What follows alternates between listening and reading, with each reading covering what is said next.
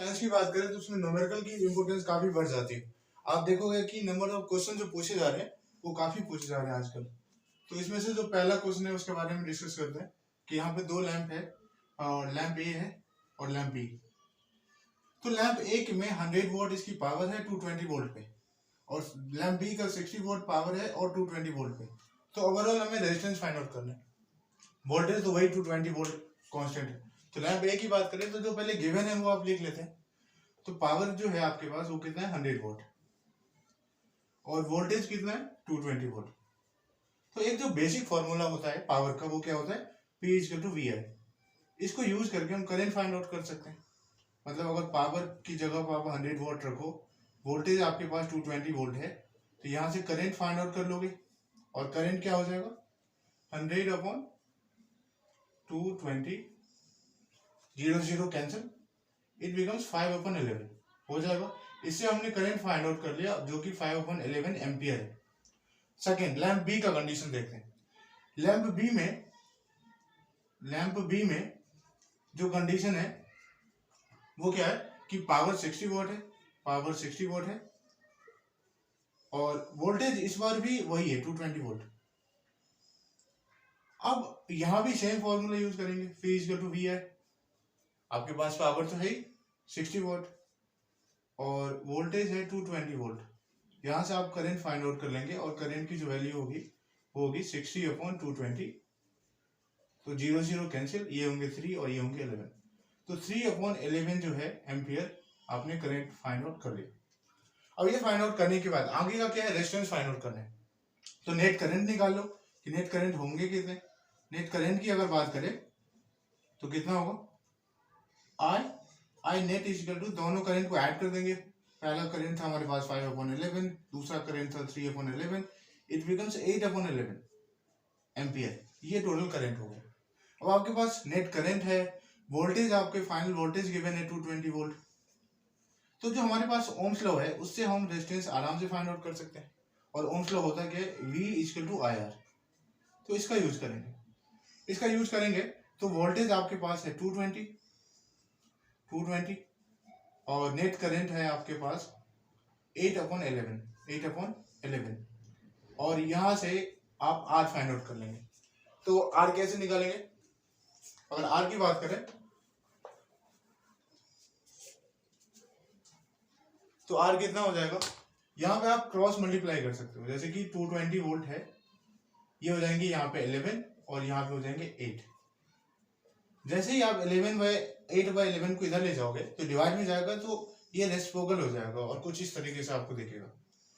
अब यहाँ कितना हो जाएगा 8 का हाफ 4 और ये कितना हो जाएंगे 110।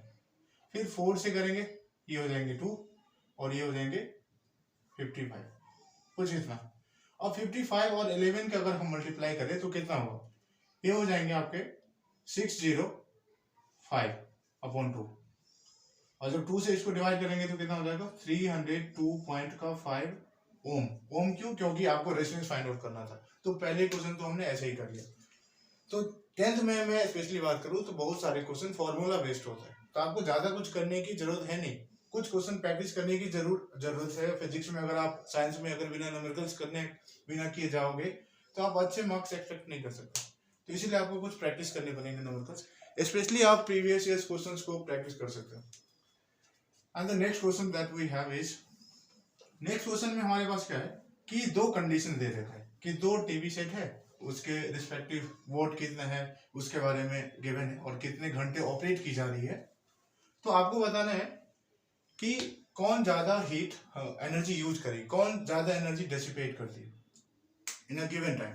तो पहला जो हमारे पास कंडीशन है वो क्या है, पहला है कि 250 वोट है। इसके लिए पहले कुछ बेसिक्स आपको समझा देता हूँ। बेसिक्स क्या है कि 1 किलोवाट मतलब क्या, 1 किलोवाट आवर मतलब होता है, किलोवाट मतलब 1000 वोट और आर मतलब 1 आवर मतलब 3600 सेकेंड। जब इसको आप सॉल्व करोगे तो इट बिकम्स 3.6 इंटू 10⁻6 जूल। तो मतलब 1 किलोवाट आवर जो होता है जिसको हम 1 यूनिट भी बोलते हैं, और ये वही यूनिट है जो इलेक्ट्रिकल यूनिट है, जो कॉमर्शियल यूनिट की बात करते हैं। आपको एमसीक्यूज में पूछ सकता है कि 1 किलोवाट आवर जो है वो क्या होता है, तो 1 कॉमर्शियल यूनिट होता है, कितना एनर्जी ये डिसिपेट करता है। Which is 3.6 into 10⁶ joule. इतना एनर्जी डिसिपेट करता है। अब पहले वाला कंडीशन हमारे पास क्या है कि 250 वॉट है और उस टीवी सेट को 1 आवर के लिए ऑपरेट की जा रही है। तो 250 वॉट है तो you have to first convert into kilowatt, क्योंकि यहाँ पे किलोवाट है तो पहले आप किलोवाट में कन्वर्ट करो। तो कितना हो जाएगा ये? किलोवाट में कन्वर्ट करने के लिए आपको डिवाइड करना पड़ेगा 1000 से। क्यों 1000 से डिवाइड करना पड़ेगा? क्योंकि हमें पता है कि 1 किलोवाट में 1000 वॉट होते हैं। तो अगर मुझे ये पता है ये वाली सिचुएशन, तो किलोवाट से वॉट में जाने के लिए 1000 से मल्टीप्लाई करना पड़ेगा और वॉट से किलोवाट आने में 1000 से डिवाइड करना पड़ेगा। तो 0 0 कैंसिल, इट बिकम्स 0.25 किलोवाट। अब उसके बाद क्या है? आर की वैल्यू कितनी है यहाँ पे? ये बस 1 आवर के लिए ऑपरेट की जा रही है, तो आप 1 से मल्टीप्लाई कर दोगे 1 आवर से, तो कितना हो जाएगा? 0.25 किलोवाट आवर। अब एक चीज तो हमें पता है कि 1 किलोवाट आवर में कितने जो है एनर्जी होती है, तो यहां से इसको मल्टीप्लाई कर देंगे 0.25 इंटू 3.6 इंटू 10⁶ जूल। जैसे ही आप इसको मल्टीप्लाई करोगे तो आपके पास कुछ इतना दिखेगा, ये दिखेगा आपको 9 इंटू 10⁵ जूल, ये टोटल एनर्जी बनेंगे। अब ये तो मैंने पहले कंडीशंस के लिए फाइंड आउट कर लिया।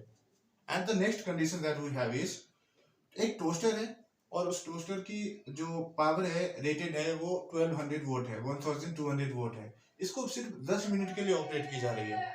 तो सबसे पहले क्या करेंगे हम, हमारी जो पास पावर है उसको लिख लेंगे ऐसे एज इट इज 1200 वोट। इसको मैंने क्या कहा आपको, पहले किलोवाट में आपको कन्वर्ट करना होता है। इसको देखते हुए काम करोगे तो किलोवाट में कैसे कन्वर्ट होगा? 1000 से डिवाइड कर दोगे, तो 1000 से आपने इसको डिवाइड कर दिया, तो ये कितना होंगे? 0 0 कैंसिल, 0 0 कैंसिल, और यहाँ पे आ गया आपका 1.2 किलोवाट। अब कितने घंटे के लिए ऑपरेट की जा रही है तो आप इसे मल्टीप्लाई कर दोगे, लेकिन यहाँ पे मिनट है तो you need to first convert into hours.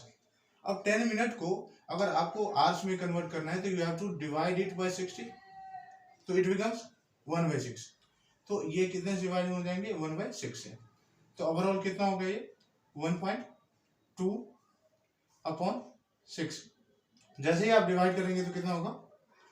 12 5 60। अब 1/5 होता है, अब यहाँ पे 1/5 है तो 1/5 कितना हो जाएगा? 0.2 किलोवाट आवर। अब एक चीज तो मैंने आपको इनिशियली बताया है कि 1 किलोवाट आवर में कितनी एनर्जी होती है, कितने एनर्जी का डेसिपेशन होता है। तो you have to just multiply it by that particular value 3.6 into 10⁶ joule. It becomes, जैसे ही आप इसको मल्टीप्लाई करोगे तो ये 7.2 इंटू 10⁵ जूल होगा। Now you have to decide कि कौन से केस में एनर्जी का डेसिपेशन ज्यादा हुआ है। In the first case we have 9 into 10⁵ joule, और सेकेंड वाले केस में कुछ इतना एनर्जी का डेसिपेशन हुआ है। तो आई थिंक आप आराम से इसको इवेलुएट कर सकते हो कि सर पहले वाला जो कंडीशन है उसमें एनर्जी की डेसिपेशन ज्यादा हुई। तो बस यही कंक्लूजन है, आपको बस ये लिखना है कि ये 250 वॉट टीवी सेट जो था, जो 1 आवर के लिए ऑपरेट की जा रही थी, वो ज्यादा एनर्जी को कंज्यूम करता है as compare to this. And the last question that we have is, यहाँ पे आपके पास एक इलेक्ट्रिकल हीटर है जिसकी रेजिस्टेंस गिवन है, कितना वो अमाउंट ऑफ करंट ड्रॉ करता है वो गिवन है, उसके बाद कितने आवर्स के लिए ऑपरेट की जा रही है वो गिवन है। आपको यहाँ पे रेट निकालना है। अब व्हाट इज रेट? रेट मतलब होता है कि कितने सेकंड में कितना एनर्जी का डिसिपेशन हो रहा है। मतलब अगर मैं वॉट बोल रहा हूँ ना, तो वॉट का क्या मतलब होता है? जूल पर सेकंड। मतलब अगर 1 जूल एनर्जी डिसिपेशन हो रहा है इन 1 सेकंड, दैट इज 1 वॉट। ठीक, तो अगर मैं वॉट में निकाल लूँ तो मतलब अगर मैं पावर निकाल लेता हूँ तो इसका मतलब मैं आराम से बोल सकता हूँ कि मैंने क्या फाइंड आउट कर लिया है? रेट। किस रेट पे? बेसिकली रेट मतलब ही होता है टाइम के रिस्पेक्ट में। तो सबसे पहले पावर का फॉर्मूला आपके पास क्या पता है? पावर का फॉर्मूला आप याद रखोगे। पावर का फॉर्मूला होता है वी आई। एक तो ये फॉर्मूला है, आप इसको नोट डाउन करोगे। दूसरा होता है अगर मैं वी की जगह पे आई आर रख दूं फ्रॉम ओम्स लॉ, तो ये क्या बन जाएगा? ये बन जाएगा आई स्क्वायर आर। तो ये दूसरा फॉर्मूला है आपके पास पावर फाइंड आउट करने के लिए। तीसरा एक और फॉर्मूला होता है which is V square upon R. अब ये भी कुछ सेम ही है, कुछ ज्यादा डिफरेंस नहीं है। वी स्क्वायर है मतलब V equal to I R, तो आई आर का स्क्वायर और अपॉन आर। तो जैसे ही आप सॉल्व करोगे तो आई स्क्वायर अपॉन आर से आर कैंसिल हो जाता है, तो ये भी आई स्क्वायर आर ही है, बस लिखने के तरीके अलग है। तो जिस हिसाब से आपको जो कन्वीनियंट हो वो आप उस न्यूमेरिकल में यूज करोगे। It depends on the situation कि क्या क्या आपके पास पैरामीटर गिवन है। तो पहले पावर फाइंड आउट करते हैं। अब पावर का फॉर्मूला हमारे पास है आई स्क्वायर आर। अब मैंने ये यूज क्यों किया, because we have a current and resistance, दोनों वैल्यूज गिवन है तो ऑब्वियसली मैं ये यूज करूंगा। तो आई हमारे पास 15 है तो 15 का स्क्वायर एंड रेजिस्टेंस की वैल्यू 8 ओम है, तो यहाँ पे आ गया मेरे पास 225 इंटू 8। अब अगर मान लो कि अगर आपके पास इसको नॉर्मल मल्टीप्लाई करना है, 15 का स्क्वायर होता है 225, तो कितने होंगे 8 5 जा 40, 8 2 जा 16, 16 और 4 20, 8 2 जा 16 और 2 18, तो 1800 बेसिकली यहाँ पे हमारे पास आया है वॉट। इसका ये मतलब हुआ कि 1800 जूल एनर्जी डिसिपेट हो रहा है 1 सेकेंड में, ठीक है। तो बस ये रेट फाइंड आउट हमने कर लिया। अगर आप इसको इस टाइम से भी मल्टीप्लाई कर दोगे तो ये क्या निकल जाएगा आपका, ये निकल जाएगा आपका किलोवाट आवर। ये उसमें बस आप इतना पता लगा सकते हो कि ये जो इलेक्ट्रिक हीटर है उसने कितना एनर्जी का डेसिपेशन किया, और इसका मतलब रेट होता है। रेट मतलब यहाँ पे कि in 1 second the electric heater dissipates 1800 joule energy. And thank you for watching. आपको बस रिविजन्स करने हैं क्वेश्चंस को, और प्रीवियस ईयर्स क्वेश्चन को ज्यादा फोकस करो। आप न्यूमेरिकल्स के बिना कुछ ज्यादा कुछ कर नहीं सकते साइंस में, स्पेशली 10th के लिए। And thank you for watching.